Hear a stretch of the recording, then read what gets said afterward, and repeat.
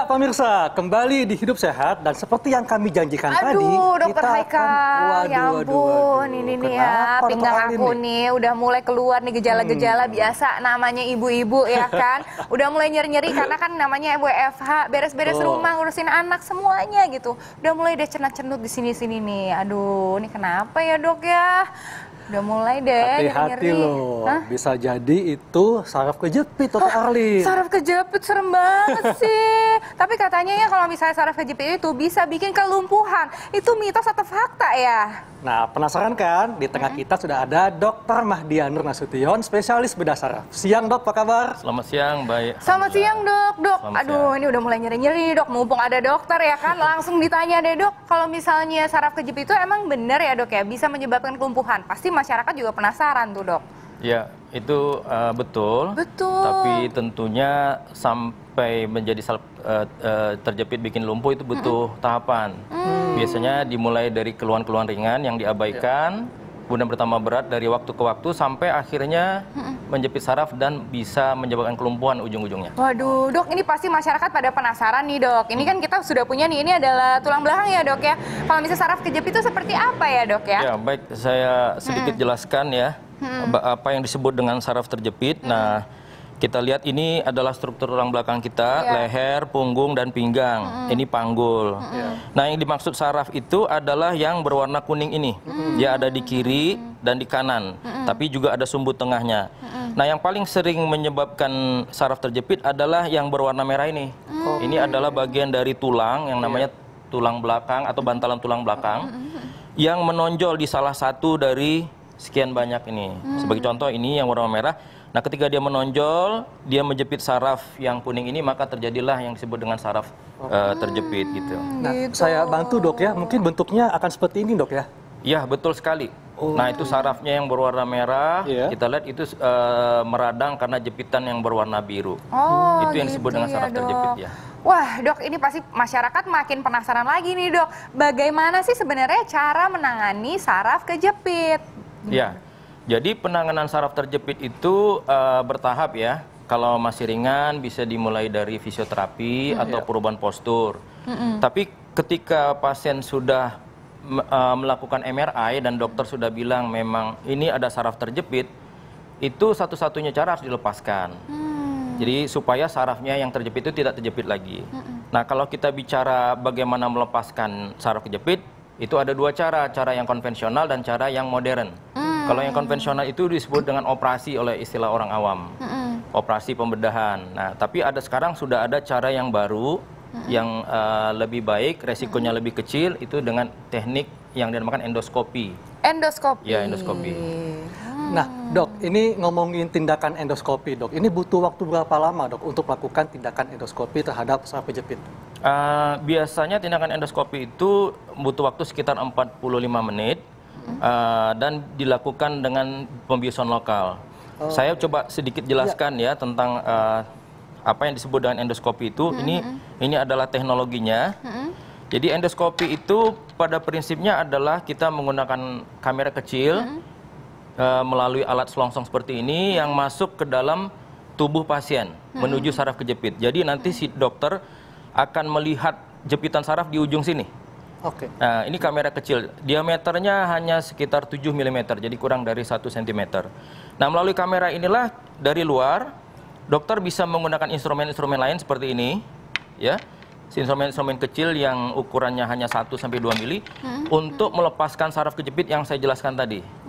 Nah, jadi tindakannya ini bisa dilakukan hanya dengan pembiusan lokal saja, waktunya 45 menit, kemudian dokter bisa melihat saraf terjepit dan benda yang menjepit itu melalui TV atau monitor di luar.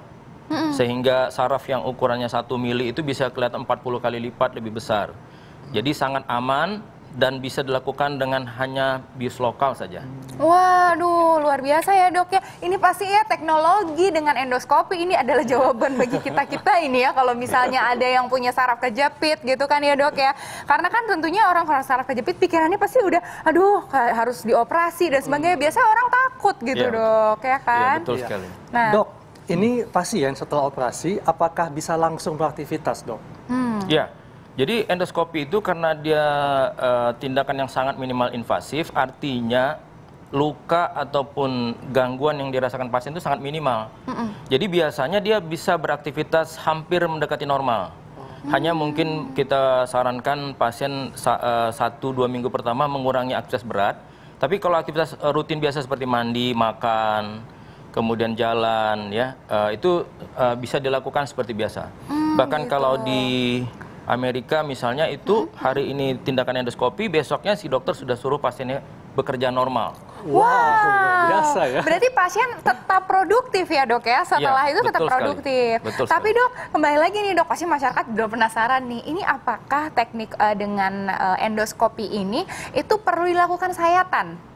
Ya, jadi karena kita perlu memasukkan kamera yang ukuran 7 mm itu, kita perlu melakukan satu sayatan kecil saja. Sayatan itu ukuran 7 mm. Oh, berarti nggak sampai 1 senti juga ya dok ya? Nggak sampai 1 senti ya. Wow. Karena itu dia bisa dilakukan dengan bius lokal. Dan karena bius lokal dia langsung bisa pulang pasiennya. Dan karena lokal tersebut biasanya hambatan-hambatan seperti misalnya kalau operasi biasa kan nggak boleh gula darah tinggi, pasien DM, ada pasien dengan problem jantung, itu nggak bisa dilakukan tindakan operasi. Nah, dengan endoskopi itu masih sangat memungkinkan untuk dilakukan. Oh, wow. Iya. Luar biasa ya. Dok, ini masyarakat penasaran dok, berapa persen tingkat kesembuhan dengan tindakan operasi endoskopi ini? Ya, bervariasi di berbagai tempat di seluruh dunia, tapi di Indonesia kita sudah lakukan sejak 2017, itu kasusnya 93% angka keberhasilannya. Wah, luar biasa ya, 93% atau ahli. Dan sudah kalau misalnya sudah selesai nih dilakukan endoskopi nih dok, apakah perlu kontrol lagi nih dok? Ya, tentunya untuk menilai keberhasilan tindakan tersebut, kita sangat menyarankan pasien datang kembali 1 minggu setelah tindakan. Untuk mengedukasi, terus melihat lukanya, kemudian memperhatikan gejala neurologis yang dirasakan pasien masih banyak atau enggak gitu. Oke, nah ini masyarakat juga pasti pada penasaran nih dok, sama kayak saya biasa ibu-ibu ya kan dok, biasa langsung mikir-mikir nih ini berapa ya, pasti gitu ya dok ya. Biayanya berapa nih dok, mahal apa enggak sih dok sebenarnya? Ya, jadi mahal atau enggak tentunya relatif ya, tapi pada prinsipnya teknologi semakin tinggi memang ada biaya yang harus dikeluarkan. Hanya saja kalau dibandingkan operasi yang konvensional, dari segi waktu, kemudian efektivitas kerja setelah tindakan, endoskopi ini masih sangat-sangat efisien. Betul. Gitu. Dan harganya bervariasi tergantung center atau tempat di mana dilakukan. Gitu. Baik dok, ini juga masyarakat penasaran dok ya, sudah berapa banyak orang yang sudah dilakukan tindakan operasi endoskopi ini? Ya, kami di Klinik Lamina sejak 2017 sudah melakukan lebih dari 900. Sudah hampir 1.000 pasien. Wow. Wow, luar biasa ya. Sangat banyak karena yang biasanya bukan hanya dari Jakarta ya, dari Banda Aceh sampai Papua itu begitu mendapatkan informasi tentang endoskopi, mereka tuh pengen melakukan tindakan endoskopi itu karena takut dengan operasi gitu. Oke deh dok, ini mungkin terakhir nih dok, bagaimana nih untuk masyarakat di rumah, mungkin ada yang punya keluarga juga gitu, bagaimana caranya supaya kita semua ini terhindar dari saraf terjepit? Adakah tips dari dokter? Silakan dok. Ya tentunya saraf terjepit itu sesuatu yang penyakit yang sifatnya degeneratif, jadi dengan usia dia akan datang. Ya, jadi karena itu saya sarankan setiap orang sebaiknya mencegah dengan cara aktivitas normal, olahraga gitu ya. Karena saraf kejepit itu sering terjadi pada orang kota yang kurang olahraga.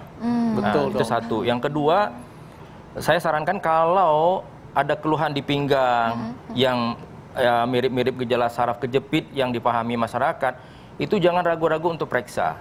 Jadi segeralah ke dokter, jangan langsung memilih pengobatan alternatif. Karena nanti akan merugikan, karena kalau sudah parah, pengobatannya akan lebih susah. Toh sekarang masyarakat nggak perlu takut operasi gitu ya, karena operasi itu bukan pilihan satu-satunya. Ada tindakan lain seperti endoskopi yang barusan saya jelaskan, itu yang jauh lebih aman dan terjangkau. Oke, baik. Baik dok, terima kasih. Terima kasih banyak dokter. Terima kasih kembali sama-sama. Wah, informasinya sangat menarik sekali nih ya. Itu tadi pemirsa, bahwa yang namanya saraf terjepit itu ternyata bisa juga dilakukan tindakan endoskopi. Nah, pemirsa, masih banyak lagi nih informasi kesehatan yang menarik yang bisa Anda saksikan di Hidup Sehat TV One sesaat lagi ya.